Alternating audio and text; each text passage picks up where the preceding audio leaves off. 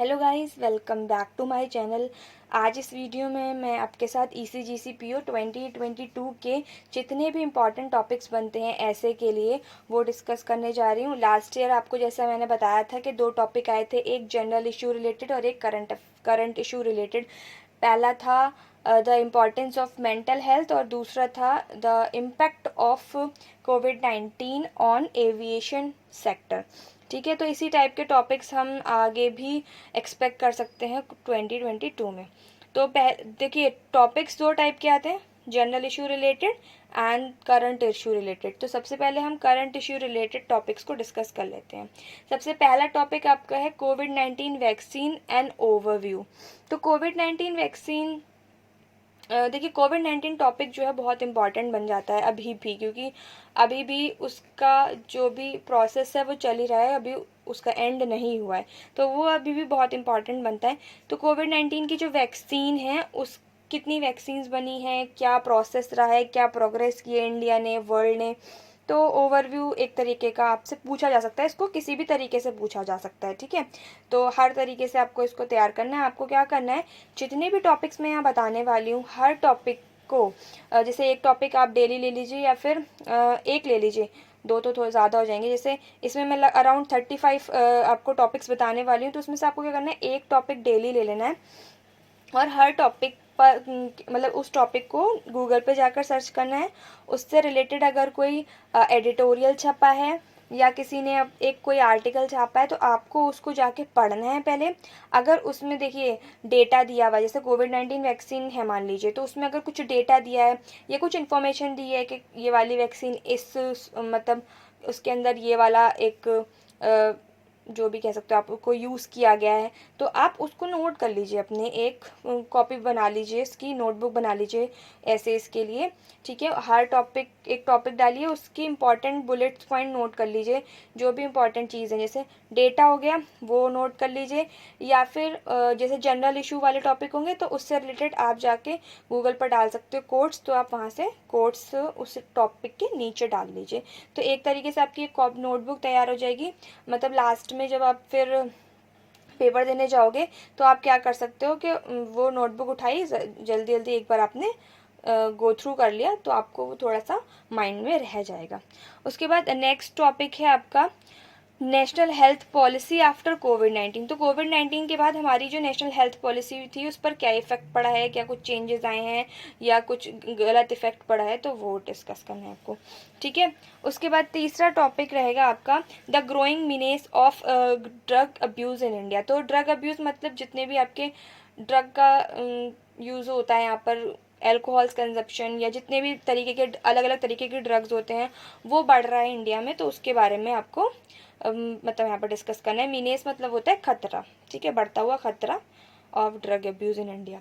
ठीक, next topic है आपका स्वच्छ Bharat mission a remarkable transformation. तो स्वच्छ भारत मिशन हमारा काफ़ी टाइम से चल रहा है, मोदी जी के द्वारा इसको चालू किया गया था, तो उसके क्या ट्रांसफॉर्मेशन इंडिया को मिला है वो डिस्कस करना है। ठीक है, यहाँ पर उसके बाद आपका 5th टॉपिक होगा इलेक्ट्रॉनिक वेस्ट अप्रूवल या फिर ई वेस्ट इलेक्ट्रॉनिक वेस्ट डिस्पोजल या ई वेस्ट डिस्पोजल।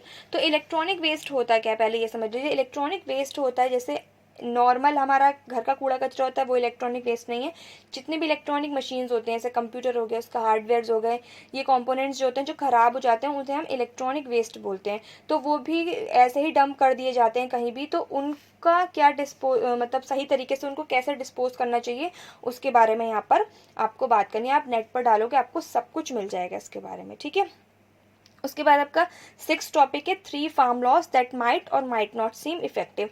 जो 3 फार्म लॉज आए थे वो भी काफ़ी चर्चा में थे, अब उनको वापस ले लिया गया है, तो उससे भी रिलेटेड आपका आ सकता है कि क्या वो इफेक्टिव होते या नहीं होते, मतलब इसके बारे में। ठीक है, तो जब आप नेट पर डालोगे आपको सब कुछ मिल जाएगा, एडवांटेज डिसएडवांटेजेस सब कुछ। ठीक है, उसके बाद है हमारा next topic national education policy 2020। तो जो हमारी एनईपी बनाई गई थी 2020 में, उसके बारे में आपको एक बार पढ़ लेना है, उसके रिलेटेड कुछ भी क्वेश्चन यहाँ पर बन सकता है कि क्या एडवांटेजेस होंगे, क्या डिसएडवांटेजेस होंगे, ये सब। ठीक, उसके बाद हमारा जो नेक्स्ट टॉपिक है यूक्रेन रशिया वॉर इफेक्ट्स। तो जो सबसे ज़्यादा इम्पॉर्टेंट टॉपिक, जो सबसे ज़्यादा इस टाइम हाईलाइट में है, वो यूक्रेन और रशिया का वॉर ही है। तो उससे रिलेटेड कुछ भी पूछा जा सकता है, और ज़्यादा से ज़्यादातर इस चांसेस हैं उससे उससे होने वाले इफ़ेक्ट पूछे जाएंगे। तो इफ़ेक्ट किस किस पर पड़ेगा यूक्रेन और रशिया के, उससे पूरे वर्ल्ड की इकोनॉमी में पड़ सकता है, हमारी इंडिया की इकोनॉमी में क्या पड़ा है, तो वो चीज़ें पूछी जा सकती हैं। ठीक है, उसके बाद आपका 9th टॉपिक बनेगा India's own digital currency away ahead. तो देखिए, अभी हमारा यूनियन बजट पेश हुआ था, तो यूनियन बजट में क्रिप्टो करेंसी और डिजिटल करेंसी के ऊपर बहुत ज़्यादा फोकस मतलब उसमें शो किया गया था। तो उन्होंने उसमें ये भी बताया था कि इंडिया का खुद डिजिटल इंडिया का करेंसी लॉन्च होने वाली है, डिजिटल रुपी, जो कि आरबीआई इशू करेगा। तो उस पर ये एक अच्छा टॉपिक है, ये बन सकता है। तो इंडिया की खुद की डिजिटल करेंसी बनने वाली है, तो क्या एक कदम आगे की ओर हम ले रहे हैं, उसके बारे में यहाँ पर आपको डिस्कस करना होगा। ठीक है, नेक्स्ट टॉपिक है कैशलेस इकोनॉमी डिजिटल इंडिया। तो डिजिटल इंडिया बहुत ज़्यादा एकदम हाईलाइट टॉपिक है अभी, तो ये भी बहुत इंपॉर्टेंट बनता है। तो कैशलेस इकोनॉमी और डिजिटल इंडिया से रिलेटेड कुछ भी पूछा जा सकता है। ठीक है, नेक्स्ट है आपका फ्यूचर ऑफ डिजिटल करेंसी और क्रिप्टो करेंसी। तो हालांकि जैसे मैंने बताया कि ये टॉपिक हमारे बजट में भी था, ये टॉपिक अभी आपका बहुत ज़्यादा चर्चा में चल रहा है। बहुत कुछ क्रिप्टो करेंसी, बिटकॉइंस और बहुत सारे डिजिटल करेंसीज अब नई नई बन रही हैं, तो उनका क्या फ्यूचर रहने वाला है उसके बारे में। ठीक है, तो ये टॉपिक आप अच्छे से कर लीजिएगा। नेक्स्ट है आपका raising legal age of marriage for girls from 18 to 21 advantages. तो जैसे कि आपको पता है कि गर्ल्स की जो मैरिज की लीगल एज है उसको बढ़ाकर 21 कर दिया गया है, पहले कितनी थी, 18 थी। तो उसके क्या एडवांटेजेस रहेंगे, वो मतलब आपको यहाँ पर डिस्कस करना है। ठीक, नेक्स्ट टॉपिक होगा आपका online education is a new normal. तो ऑनलाइन एजुकेशन आपको जैसे दिख रही है, अभी भी हम मोस्टली ऑनलाइन एजुकेशन ही ले रहे हैं, तो वो एक न्यू नॉर्मल, अब नॉर्मल हो गया, अब सबके लिए नया नॉर्मल हो गया। जैसे पहले क्लासरूम एजुकेशन होता था, तो अब ऑनलाइन एजुकेशन हो गया, तो उसके बारे में यहाँ पर आपको डिस्कस करना है। ठीक है, उसके बाद आपका benefits and disadvantages of e commerce. तो ई कॉमर्स भी काफ़ी ज़्यादा बूम पर है, तो उसके बेनिफिट्स क्या हैं और डिसएडवांटेजेस क्या हैं, वो यहाँ पर आपको डिस्कस करने हैं। नेक्स्ट है classroom education versus distance learning. एक डिस्टेंस लर्निंग होती है और एक होती है क्लासरूम एजुकेशन, तो उनका कंपैरिजन आप यहाँ पर एक क्वेश्चन देख सकते हो। नेक्स्ट है ease of doing business will help increase exports manifold. तो जो हमारी ईज ऑफ डूइंग बिजनेस है, जो कि काफ़ी ज़्यादा इंडिया में भी उसका चर्चा रहता है, तो उससे क्या हमें हमारे एक्सपोर्ट्स पर क्या हेल्प होगी, क्या एक्सपोर्ट इंक्रीज होगा, उसका एक टॉपिक ये रहने वाला है। नेक्स्ट है digital payments issues and opportunities in India. तो जो डिजिटल पेमेंट्स आपने देखा है पिछले कुछ सालों से आपका क्या है, डिजिटल पेमेंट्स बहुत ज़्यादा बढ़ गई हैं इंडिया में पहले के कंपैरिजन में। तो क्या क्या इश्यूज़ आते हैं और क्या अपॉर्चुनिटीज़ हैं इंडिया में, उसके बारे में डिस्कशन करना है। इश्यूज़ काफ़ी ज़्यादा आते हैं, जैसे हो सकता है जो लोग पढ़े लिखे नहीं है, तो उनके केस में डिजिटल पेमेंट्स में इशू आते हैं। कई बार ऐसा होता है कि लोगों को ठग लिया जाता है साइबर क्राइम के मतलब उसके थ्रू आपका, तो वो बहुत ज़्यादा बढ़ रहा है, उससे रिलेटेड भी आप यहाँ पर पढ़ सकते हैं। ठीक है, नेक्स्ट है आपका advantages and disadvantages of cashless economy. तो कैशलेस इकोनॉमी, डिजिटल इंडिया, मतलब डिजिटल पेमेंट्स और ये जो जितने भी टॉपिक्स हैं ये बहुत इंपॉर्टेंट बनते हैं, तो आप इनको एक बार अच्छे से तैयार कर लीजिएगा। ठीक है, नेक्स्ट है आपका स्टार्टअप इकोसिस्टम इन इंडिया। तो आपने देखोगे इंडिया में काफ़ी स्टार्टअप सेक्टर जो है बहुत बूम पर है, एंटरप्रेन्योरशिप बहुत ज़्यादा देखी जा रही है इंडिया में, तो इस पे एक टॉपिक कुछ भी बन सकता है। ठीक है, उसके बाद आपका है next topic future of banking industry. तो बैंकिंग इंडस्ट्री का क्या फ्यूचर रहने वाला है। अब जैसे हमारी जो मोस्टली PSUs हैं उनको प्राइवेटाइज करने की बात की जा रही है। तो इस क्या रहने वाला है फ्यूचर, उसके बारे में हम यहाँ पर डिस्कस कर सकते हैं। नेक्स्ट है non performing assets and Indian banking. Non performing assets क्या होते हैं? NPA। NPA और बहुत ज़्यादा न्यूज़ में है।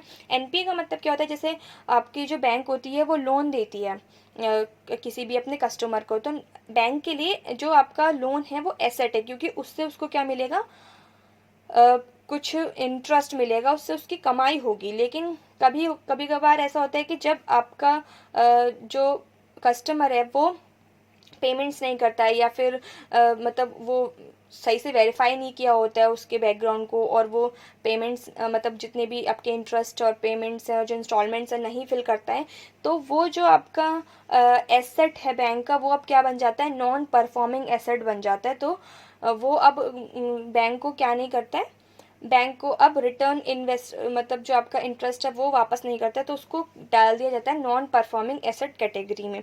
ठीक है, तो इंडियन बैंकिंग में कितना ज़्यादा इसका मतलब इफेक्ट पड़ रहा है वो यहाँ पर आपको डिस्कस करना है। नेक्स्ट है आपका net zero carbon emission target 2070। तो नेट ज़ीरो कार्बन इमिशन मतलब इंडिया का ये टारगेट है कि 2070 तक जो कार्बन इमिशन है उसको नेट ज़ीरो कर दिया जाए। अभी एक मीटिंग हुई थी, UN क्लाइमेट समिट हुई थी 2021 में, तो उसमें इंडिया का ये टारगेट वहाँ पर बोला गया था कि 2070 तक जो है इंडिया को नेट ज़ीरो कार्बन इमिशन हमें बनाना है। ठीक है, नेक्स्ट टॉपिक है scope of 5G in India. तो यूनियन बजट में भी 5G ऑक्शन का एक टॉपिक आया था, तो मतलब 5G अब आपका नया उभरता हुआ एक वो है, तो उसका भी टॉपिक पूछा जा सकता है कि क्या स्कोप है 5G का इंडिया में।